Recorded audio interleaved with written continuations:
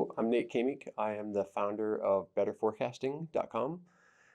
We have forecasting software that helps with demand forecasting, financial forecasting for mid-market enterprise companies.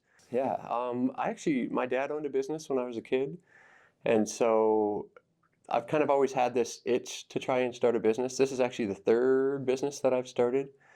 Um, and what really got me going is, my wife and I took a little bit of time off to just kind of figure out what we wanted to do with life. And I ended up doing consulting. I ended up becoming a CFO. And while I was doing that, I was looking for a solution to a forecasting problem. And there wasn't any. I was just really disappointed with a lot of the solutions available on the market. And so I decided to try and build a solution, a tech solution that would solve this problem with how to do forecasting.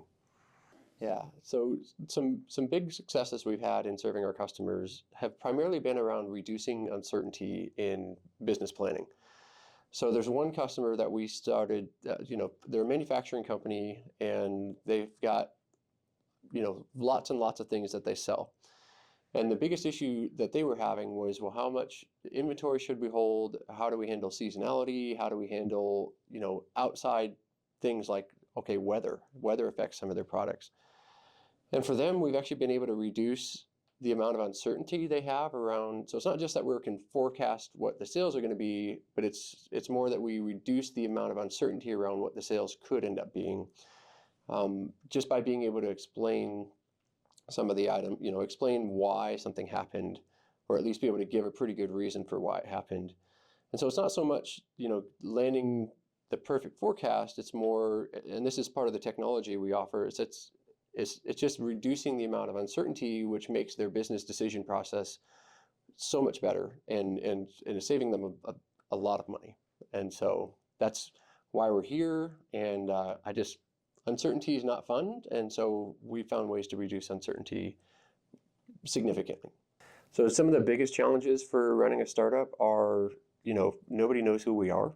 And so as much as I've had a chance to work for multiple Fortune 500 companies and gotten to do things at a scale that are pretty cool, that doesn't mean that anybody knows who I am. And so overcoming that, how do we get our name out there in the market? I think when I look at the startup world, I hear a lot of people talk about product and how you find the solution and everything, but what's not really talked about is how important your marketing and your sales and, well, how, we could have the best product in the world. And I truly believe we do have one of the best products for this space from, all the research and everything that I've done, but that doesn't mean that anybody knows who we are. And so that's just a very different problem to solve than, the math and statistics problems that we've solved. What I know now that I wish I'd known 10 years ago, I think it's a lot harder to run a business than I thought, but it's also a lot more rewarding in different ways. I think that I wish I had known a bit more that the product doesn't sell itself.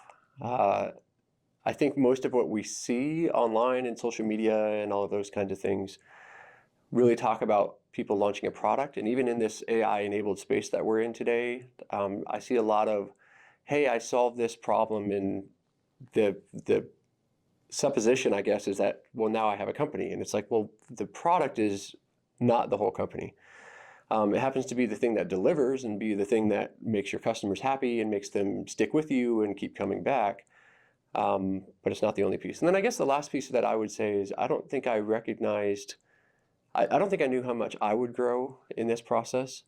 I've actually had some pretty amazing opportunities to do speaking and coaching and consulting, and I've been able to see some of the impact we've had on our customers. And I think that's something I'll be proud of for a long time. And so I'm very happy about that. So the biggest benefits from Launch Fayette, right off the gate, for me, it's been a space to work, that I have a place that I can come and be able to just focus on what I'm trying to do, because sometimes it's good to just have an office. Like when I worked for corporate company, you'd go to the office and you'd be able to just focus. I think the other area is there's always people here that are asking questions about, hey, have you thought about this? Are you thinking about this part of the company? Because as you get I'm trying to solve one specific problem in my company, and I can tend to put blinders on, and I get a lot of questions, especially from the director and from some of the EIRs, entrepreneurs in residence is what that is.